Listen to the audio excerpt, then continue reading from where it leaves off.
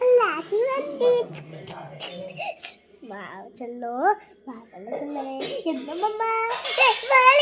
நடிக்கிறான என்ன ஒரு ராஜா 5% 10 சக்கரை நீங்க வாடகுது இருட்டிக்கும் அன்னைக்கு காலையில அன்னைக்கு காலையில சொல்லு தம்பி அன்னைக்கு காலையில சொல்லு